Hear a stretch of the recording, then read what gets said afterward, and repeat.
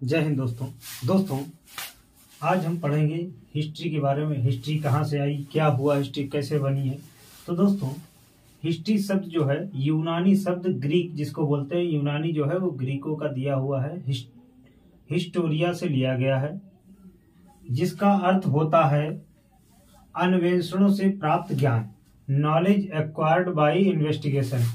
अन्वेषणों से प्राप्त ज्ञान का मतलब होता है जो हम जांच पड़ताल करते हैं उससे जो ज्ञान प्राप्त होता है उससे संबंधित है। और दोस्तों इतिहास और अतीत का अध्ययन जो है वो लिखित दस्तावेजों में जो है मिलता है।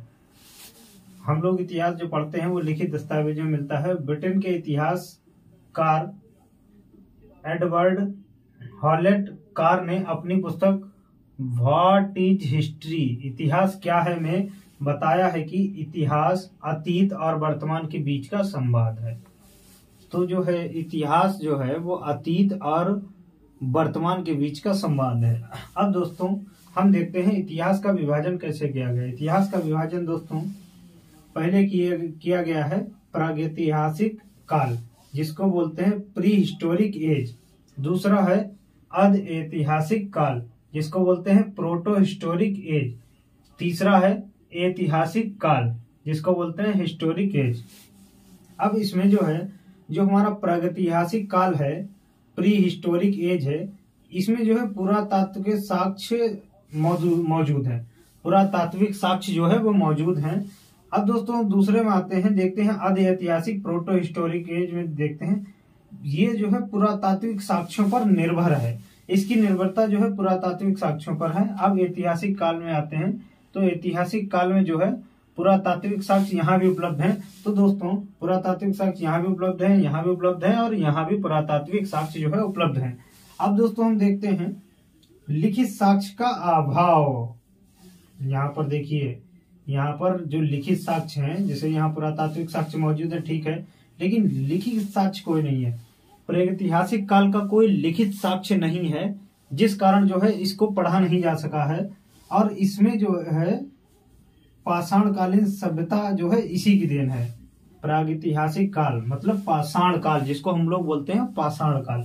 अब इसमें देखते हैं अध ऐतिहासिक काल में। अब अध ऐतिहासिक काल में जो है लिखित साक्ष्य हैं जो कि साक्ष्य तो इसमें बरामद हुए हैं, इसमें लिखित साक्ष्य बरामद हुए हैं लेकिन अपठित हैं जिनको आज तक पढ़ा नहीं जा सकता। इसमें क्या था, इसमें लिखित साक्ष्य ही मौजूद नहीं है, इसमें पत्थर ईंट वगैरह टुकड़े हैं लेकिन इसमें लिखित साक्ष्य हैं लेकिन जिनको आज तक कभी पढ़ा नहीं जा सका है।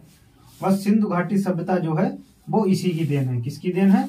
अध ऐतिहासिक प्रोटो हिस्टोरिक एज की देन है सिंधु घाटी सभ्यता। अब आते हैं ऐतिहासिक काल में। ऐतिहासिक काल में जो है लिखित साक्ष्य हैं और जिनको पढ़ना संभव है, इसमें लिखित साक्ष्य भी हैं और जिनको पढ़ा जा सकता है।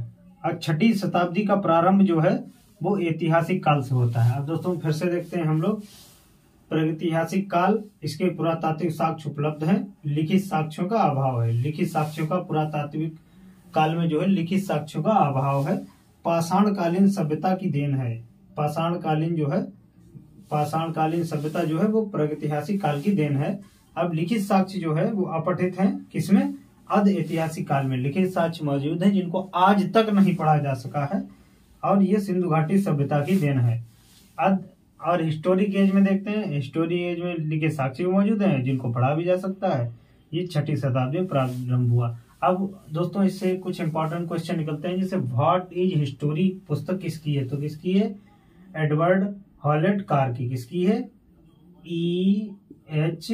कार की। अब इसमें जो है क्या लिखा है, हिस्ट्री जो कहाँ से लिया गया है?